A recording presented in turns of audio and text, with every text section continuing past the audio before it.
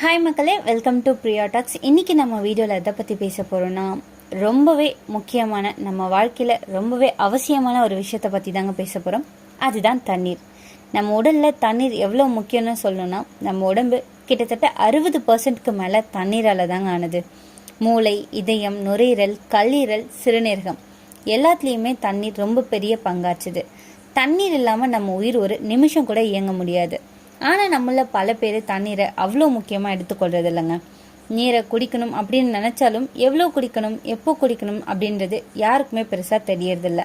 இதை பற்றி தான் நம்ம இன்னைக்கு முழுசாக தெரிஞ்சுக்க போகிறோம். இன்னைக்கு நம்ம வீடியோவில் இந்த தண்ணீரை எந்த அளவுக்கு குடிக்கணும், எப்போ குடிக்கணும் அப்படின்றத பற்றி விரிவாக தெரிஞ்சுக்க போகிறோம். அதுக்கு முன்னாடி நம்ம சேனலை சப்ஸ்கிரைப் பண்ணாதவங்க சப்ஸ்கிரைப் பண்ணிக்கோங்க. ஏன்னா நிறைய பேர் சப்ஸ்கிரைப் பண்ணாமல் பார்த்துட்ருக்கீங்க.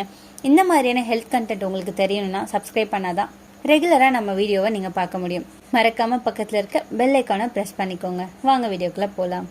தண்ணீர் நம்ம உடம்புக்கு ஒரு அதிசய மருந்து மாதிரிங்க.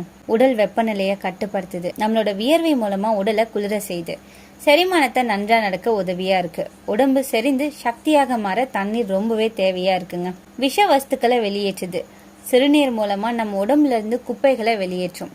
மூட்டுகள் நன்கு செயல்பட தண்ணீர் சதை எலும்பு இடையில லூப்ரிகேஷன் மாதிரி ஒரு செயல்பாடு நடைபெறும்.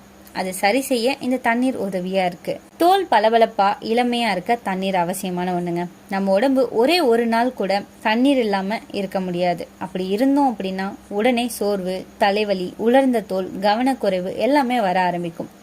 எவ்வளோ தண்ணீர் குடிக்கணும்? இதுதாங்க நம்ம எல்லாருமே கேட்கக்கூடிய ஒரு பெரிய கேள்வி. பொதுவாக பெரியவர்களுக்கு ஒரு நாள் 8 கண்ணாடி அல்லது 2 முதல் 3 லிட்டர் வரை தண்ணீர் பரிந்துரைக்கப்படுது. ஆனால் இது ஒவ்வொருவருக்கும் வேறுபடுங்க. ஏன்னா நம்ம உடல் எடை, செயல்திறன், வியர்வை அளவு, வானிலை, உணவு பழக்கம் எல்லாமே முக்கியமாக கவனிக்க வேண்டிய விஷயம். எடை அடிப்படையில் கணக்கு பார்ப்போமா? 1 கிலோ எடை இருக்கிற ஒருத்தவங்களுக்கு 30லேருந்து 35 மில்லி தண்ணீர் தேவை. ஸோ இப்படி எடுத்துக்கொள்ளுங்க. நீங்கள் 60 கிலோ அப்படின்னா 60 × 35 = 2100 மில்லி, சுமார் 2 லிட்டர் தண்ணி தேவை. அதாவது குறைந்தபட்சம் 2 லிட்டர் தண்ணி நீங்கள் குடிக்கணுங்க. ஆனால் உடற்பயிற்சி செய்கிறவங்க, வியர்வை அதிகமாக வர்றவங்க, வெப்பமான இடத்துல இருக்கிறவங்க 3 லிட்டர் அப்படி இல்லைன்னா அதற்கு மேலே கூட குடிக்கலாம். எப்போ தண்ணீர் குடிக்கலாம், எப்போ குடிக்கக்கூடாதுன்னு கேட்டிங்கன்னா, தண்ணீர் குடிக்கிற நேரம் கூட ரொம்பவே முக்கியமான ஒன்று. காலையில் எழுந்ததுமே ஒரு கண்ணாடி வெதுவெதுப்பான தண்ணீர் குடித்தா உடல் சுத்தமாகும்.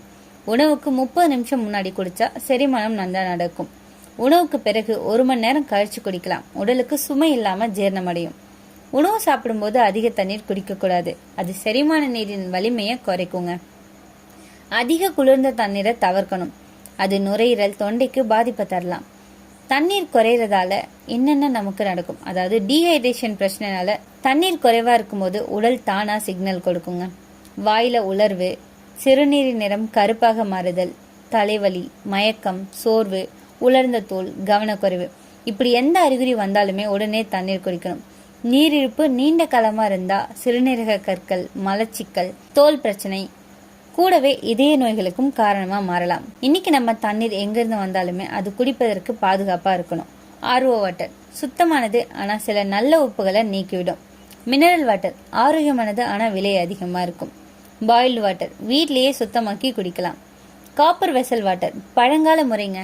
காப்பர் பாத்திரத்தில் வைக்கப்பட்ட தண்ணீர் நச்சு நீக்கும் சக்தி உடையது.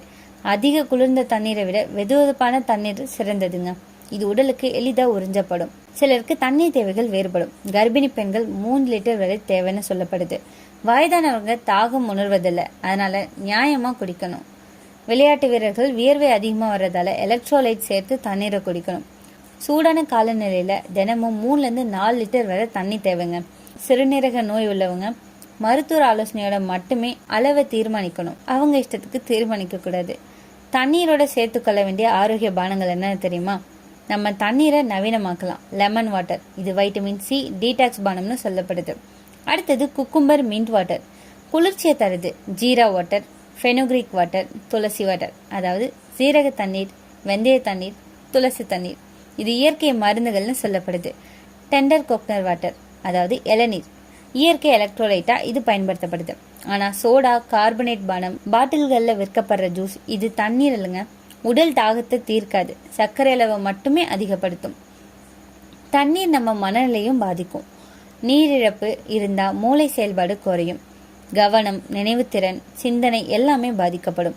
தண்ணீர் குடிச்சா உடல் மட்டும் இல்லைங்க, மனசும் சுறுசுறுப்பா மாறும். கடைசியா ஒரு விஷயம், தண்ணீரை ஒரு பழக்கமாக்கிக்கோங்க. காலையிலேருந்து இரவு வரை 8லேருந்து 10 முறை தண்ணீர் குடிக்கணும். தாகம் வரும்போது மட்டும் இல்லை, சீராக குடிக்கணும். தண்ணீருக்கு மாற்று எதுவுமே இல்லைங்க. தண்ணீரை நேசிங்க, தண்ணீர் உங்களை காப்பாற்றும். நீர் தான் உயிர், அதை காக்குறது நம்மளோட கடமை. நீங்களும் தண்ணீரை மதிக்கணும், தினமும் சரியான அளவு குடிக்கணும். உங்கள் உடலும் மனசும் நன்றா இருக்குங்க. உங்களை எத்தனை பேர் ரெகுலராக தண்ணீர் குடிக்கிற பழக்கம் வச்சுருக்கீங்கன்னு கமெண்ட்டில் சொல்லிடுங்க. இன்றைக்கி நான் சொன்ன விஷயங்கள் எல்லாமே உங்களுக்கு ஹெல்ப்ஃபுல்லாக இருக்கும்னு நம்புகிறேன். இந்த வீடியோ உங்களுக்கு பிடிச்சிருந்துச்சுன்னா லைக் பண்ணுங்கள், ஷேர் பண்ணுங்கள். மறக்காமல் நம்ம சேனலை சப்ஸ்கிரைப் பண்ணிடுங்க. அடுத்த ஒரு அற்புதமான வீடியோவில் சந்திக்கிறேன்.